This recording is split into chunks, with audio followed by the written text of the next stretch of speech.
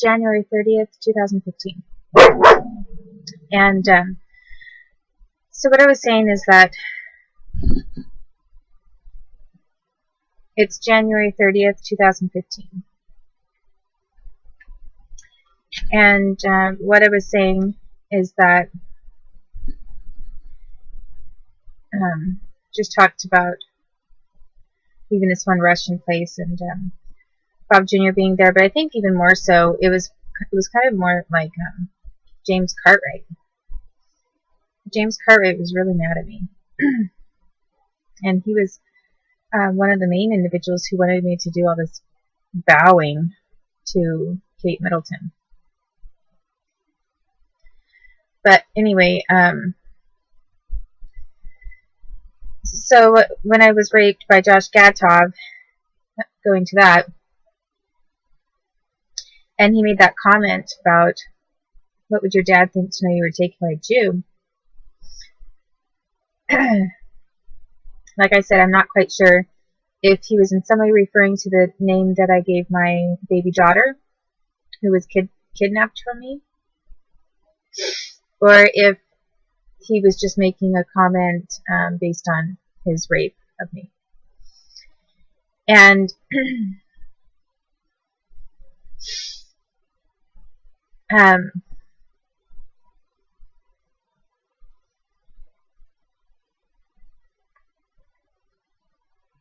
so basically, I was at his apartment, and you know, and he had said something about a massage or whatever, and I just thought that's all he was going to do, because I'd had people do that to me, give me massages before, and they didn't do anything else. They didn't press or push anything. And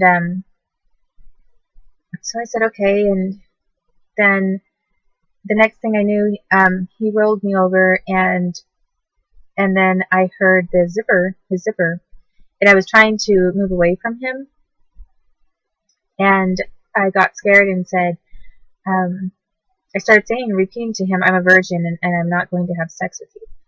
So I said, I tried pushing him off, and when I started trying to push him off, he started pushing down harder on me. And he said, yes, he says, I know you want it. And I said, no. And I started saying no several times. And every time I said no, he kept saying, he said, I know you want it, or whatever. Like trying to invalidate why I was saying no, as if I was just playing a game. And then, because he wasn't listening to me and I couldn't push him off, he was very heavy, I started saying stop. Because I thought, you know, if he's not getting that I'm serious when I say no, and I've been telling him I'm a virgin and, you know, get off of me. I thought, no, the word no isn't working, so maybe he needs to hear stop, because maybe stop will help him to realize that I'm serious. So I started saying that. And then at some point I was insistent, and I didn't just give up. I kept trying to push him off, and then the more I was yelling and saying this out loud, trying these different things to say out loud to get him away from me and trying to remove him from me and get out from under him, he became extremely forceful and like bearing all of his weight down on me so that I couldn't move. And then I got scared, because all of a sudden I heard this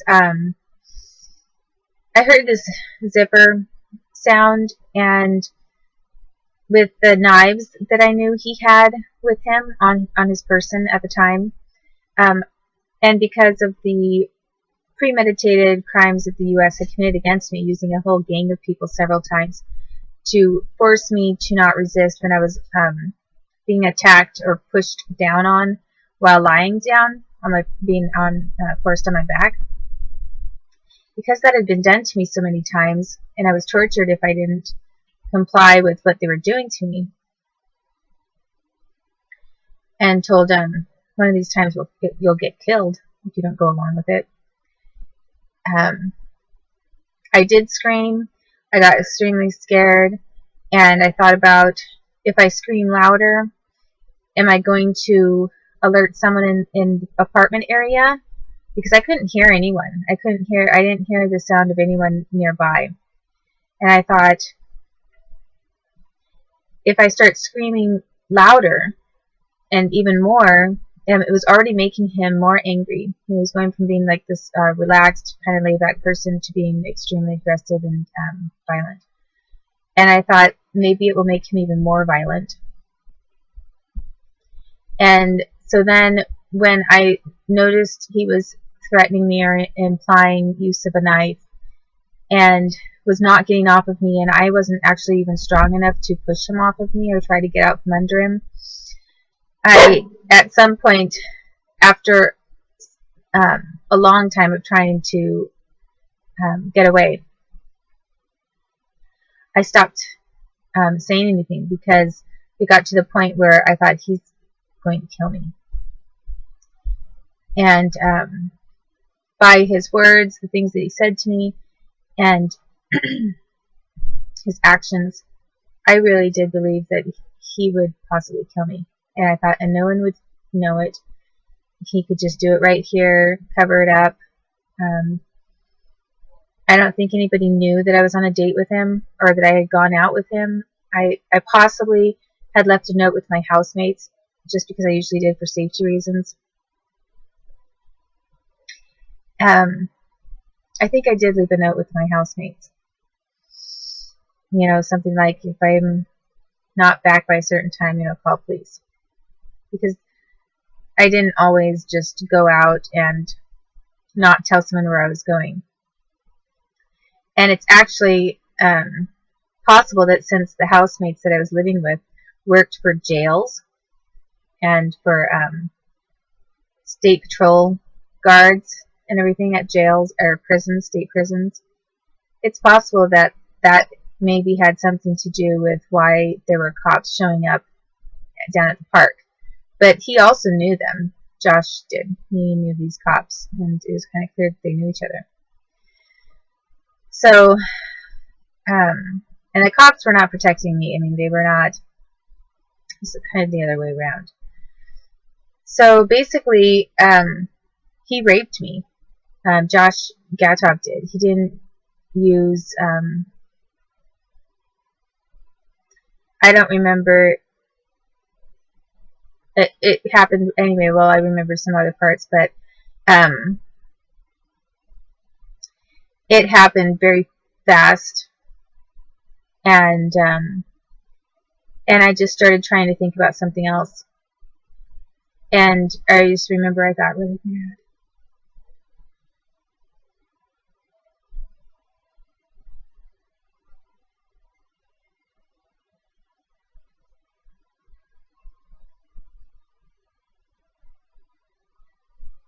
I didn't say anything when it got to the point where I thought he was, really believed he was going to kill me. But I had a burning internal anger against him. And for what he was doing. And it made me think of what all these other people had done to me.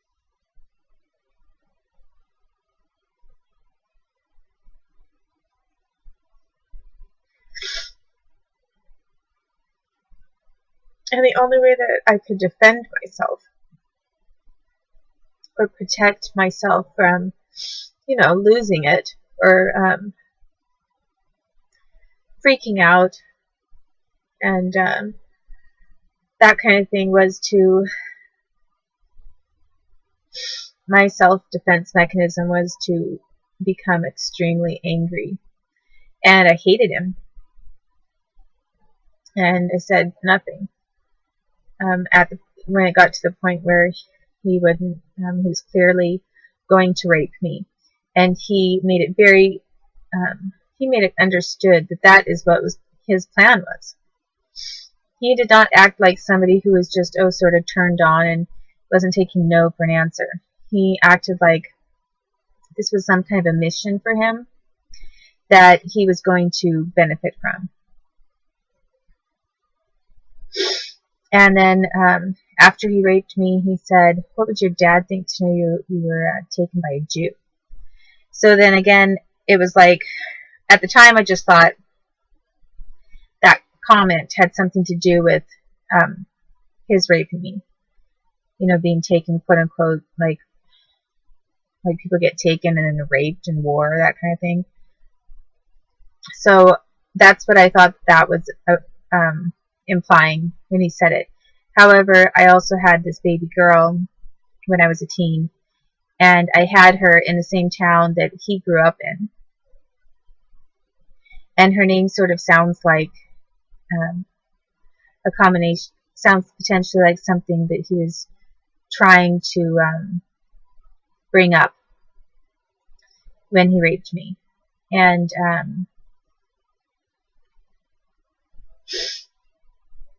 so that is, you know, there are many people who rape people, and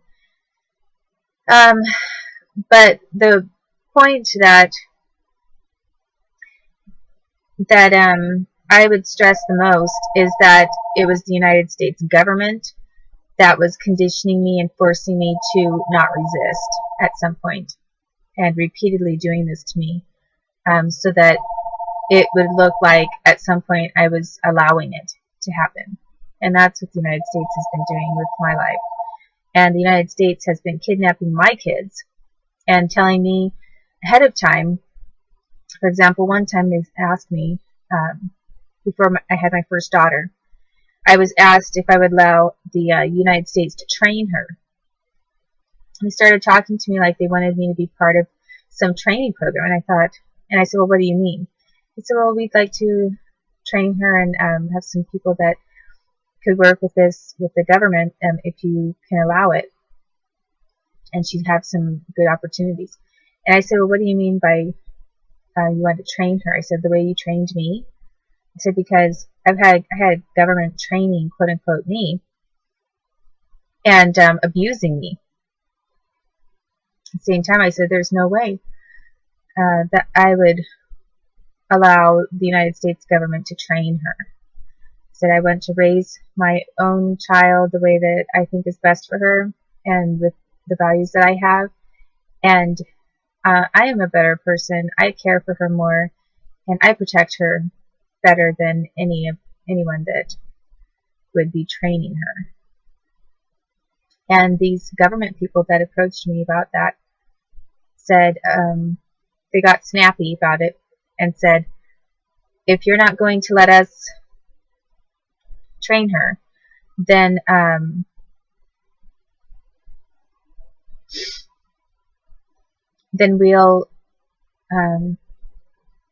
we'll take her from you anyway. And I said, you can't do that. And they said, yes, we can. And I said, no, you can't. I said, how would you do that? You're just going to kidnap her? And they said,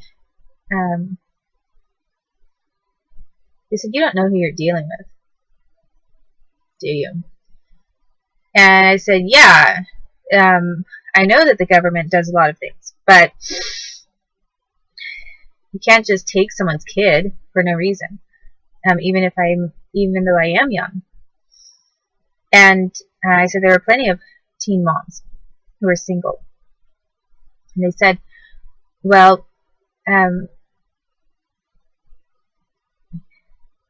they said, we can make you look crazy. And I said, no, you can't. And I was just sure of it. I said, how are you going to make me look crazy? I said, I'm not crazy. I'm not crazy, so how are you going to try to make me look crazy? I said, you can't take my baby from me. So then they promised me that they would.